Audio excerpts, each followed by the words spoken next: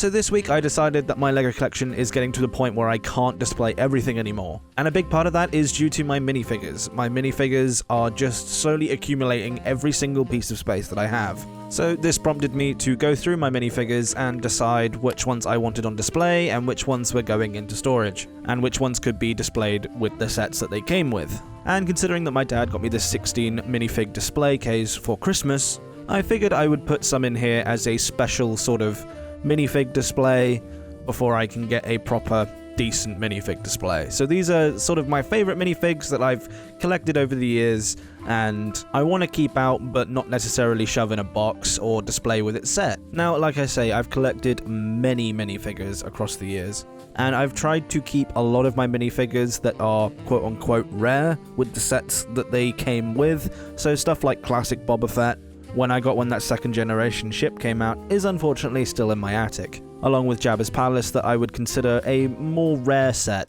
and I just haven't had enough time to 1, get this into my collection, and 2, sort through the minifigs that are up there. So these minifigures might not even be considered rare, and in fact I know a lot of them aren't rare. However, I do deem these as some of my favorites in my collection, so let's get into it.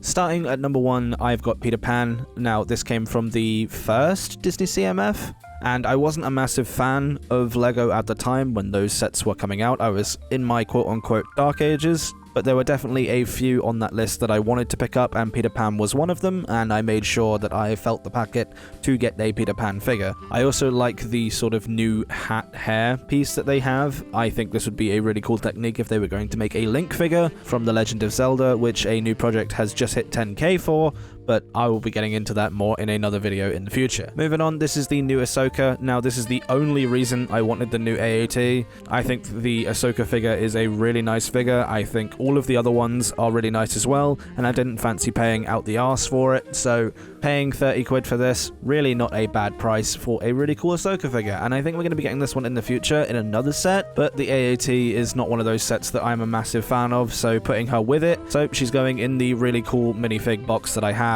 And we're moving on to the next one. Now, next one could be considered a rarer figure, even though he doesn't go for a lot on Bricklink at the moment, and it is Bespin Luke from the Bespin Duel set. Now, this is not the Luke from the Bespin Duel set. I didn't get the Bespin Duel set, and I was really upset that I couldn't buy the Bespin Duel set, but this is actually the same Luke that could be found in the foil magazines. So thankfully I was still able to pick up this figure, and I actually picked up 4 of them, mainly because I want backups of this figure, because I want to display them in one day, hopefully a really cool way. Put a couple in MOCs, and then obviously have the one in the minifig box as a sort of display piece. Next one, we're going straight with Mando from the new Trouble on Tatooine set. Now, everybody who have seen my video, which by the way, if you haven't, basic premise of it is I love the figures, but I don't really care much for the set. So this set was one of the ones that did unfortunately get destroyed, put into a box, and will hopefully be built one day again when I have more space. But the Mando with the Beskar armor is definitely going in this box, and I think he deserves a square, and I think all of you would agree that he needs to be in here. The next one is a bit of a wild card. This is actually Tom Riddle from the book that you could get him in, and I believe this is the only way that you could get Tom Riddle, and I had to buy the book just to get this figure. I don't know how much he's going for on Bricklink, so I don't know if you could consider him a rarer figure, but he at the moment doesn't come in any sets. And I hope it stays that way, because he's a really nice figure, and I'm really glad that I've got this exclusive book figure, and he's displayed with his diary in there as well, which is a really, really nice printed piece. Still keeping in the theme with Harry Potter, the next one is Moaning Myrtle from the second wave of the CMF Harry Potters. Now, she was one of my favorite figures in that lineup, and honestly, I'm really, really happy with this figure, and I bought 2 of them, one to keep in the box and one to display with all of my other Harry Potter stuff, and I do eventually plan on building a MOC. I saw a really good fountain done by High Tea Toys, and that kind of a set would be perfect for this minifigure, so I would love to do something along those sort of lines. But I'm hoping that LEGO go back and actually, after the 7th film, with the sets that are coming out in 2021, go back to the Philosopher's Stone and actually make some more Harry Potter sets with so much that they could do. I explained a lot of this in one of my previous videos, but I think the Prefect's Bathroom could be one of those sets that included Moaning Myrtle and Harry when he's doing the egg from the Goblet of Fire. It would be a really, really nice small set, and it would would be really good to put in your big Hogwarts castles. And as much as I'd like to see this character stay exclusive, maybe we could get a variant of her in this Prefect's bathroom set, but that's a whole other predictions video that I could do later on down the line. For now, we're going to move on to the next box, which is actually Princess Leia from Star Wars A New Hope. Now, this is the variant with the dress piece, and I liked this one so much that I actually bought it a long while ago, especially for my UCS Falcon, as when I build it, I want to eventually display it as a New Hope version in the Death Star and put it in like a coffee table like a lot of people do with their Millennium Falcons, and I'm sure I'll release a video on that when I do it, but that's the main reason I got this figure. And it annoys me sort of that I paid so much for this figure and now it's out in things like the new X-Wing, but in a way, it's kind of a blessing in disguise because now I've got multiple of the figure, so I can always keep one in a really nice box like this and have one for my really nice display that I'm planning on doing with my UCS Falcon. Almost halfway through, just want to throw out that friendly reminder that if you're not subscribed, go ahead and subscribe, and make sure you're liking this video if you're enjoying the content so far. Moving on to the next one. Now, this figure is one of those ones that sticks with me a little bit more than other ones, and it's Harry from Philosopher's Stone in the Dursley outfit. Now, this figure is exclusive to Diagon Alley, the new one, and the reason that this figure means a lot to me is because it's the first big set that I bought back from my quote-unquote dark ages. I don't call it a dark ages because I was still buying Lego. It was just one of those situations where I was hiding my passion for it,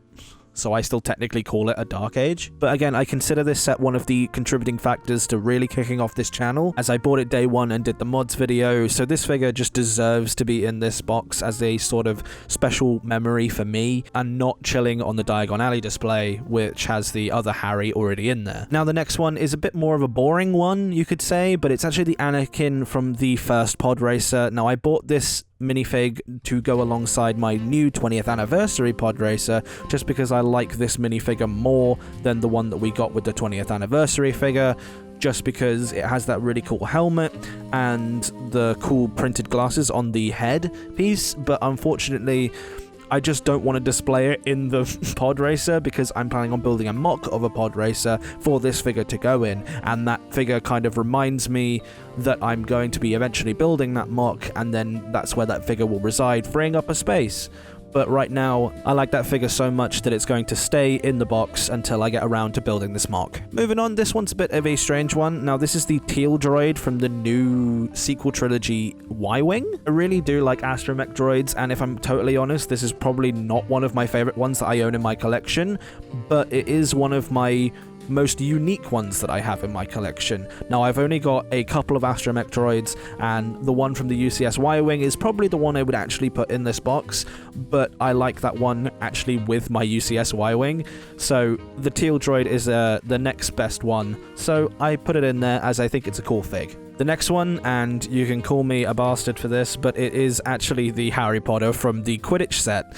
Now, I know I've just made a video completely bashing on the Quidditch set, but the one thing I did say in that video is that I really did like the figures for it, and I really do like the new Quidditch uniforms that we had, and I do believe, even though we should have had a molded Nimbus 2000, the new golden snitch piece and the new Quidditch uniforms for the Harry Potter wave was again a really cool thing, and I really like the minifig, so it's going in one of these slots. The rest of the figures, however, they're going in my bin of minifigs that aren't going on display. The next two, and yes, I'm saying two, is because they go together. Now, these are the Lego Ideas Back to the Future figures. Now, these ones here are from the actual DeLorean set.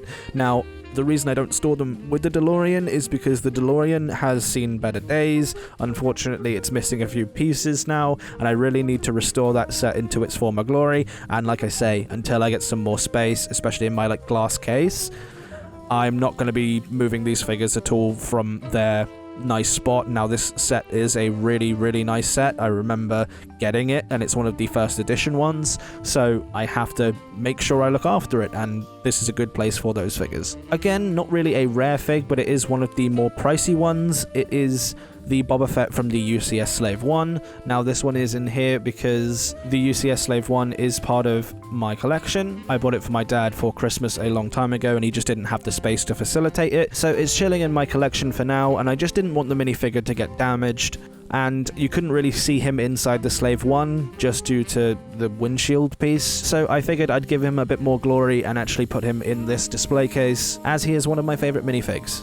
Again, another one from the Disney CMF. This is Alice from Alice in Wonderland. Now, I really did like this figure, along with the Buzz Lightyear. Unfortunately, the Buzz Lightyear can't fit in this case, and the Buzz Lightyear was going to go in here over Alice, but I do like Alice from the Disney CMF almost as much as the Buzz Lightyear one, and eventually I will get a bigger minifig display, so Buzz will go alongside her in the bigger display case. And before we get into the last figure, I just want to say again, thanks for getting this far into the video. If you have got this far into the video, I just want to throw out a few honorable mentions that are in my collection that I wish I could display in a thing like this. There's just either too many of them, or some of them are damaged, unfortunately. Now, the first one is Velma. I wish I could put her as her own display piece in a set like this, but I've got her alongside the rest of the gang in the Mystery Machine in my glass case, so I know the minifig is still going to be protected, and it looks good alongside its other counterparts. It's the same with Daphne. She's a rarer figure as well. Again, I'd just like to keep them as part of their own collection next to their vehicle.